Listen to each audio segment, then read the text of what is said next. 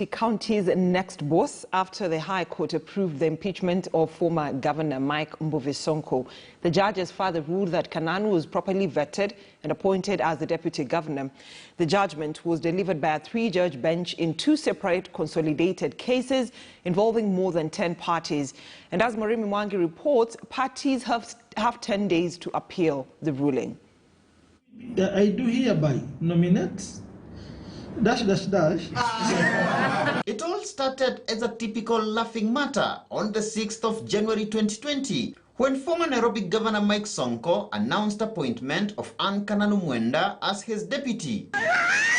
But it was to be a politically serious matter for the flamboyant city politician, as his tribulations intensified when he was impeached by the Nairobi County Assembly, a motion also approved by the Senate.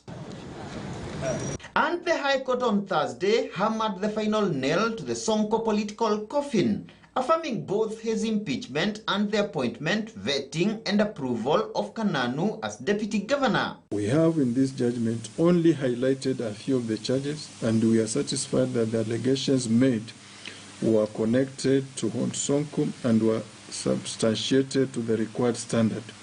We therefore cannot fault the County Assembly and the Senate for their decision to impeach Sonko. Justices Said Chitembwe, Wilfrida Okwani and Weldon Korir dismissed Sonko's claims that he had withdrawn Kananu's nomination letter prior to her vetting.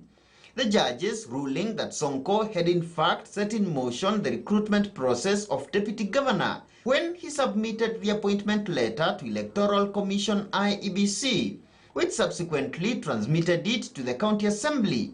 Kananu was vetted and approved by the city members of County Assembly after two petitioners withdrew a case in which they had challenged Kananu's nomination. It is undisputed that Hon Kananu took oath of office of Deputy Governor in compliance with Article 74 of the Constitution and Section 30, Subsection 1 of the County Governments Act. Was the allegation that the President of the Republic of Kenya was behind the impeachment of Sonko from the material placed before this court, which is the only material that we are required by law to consider.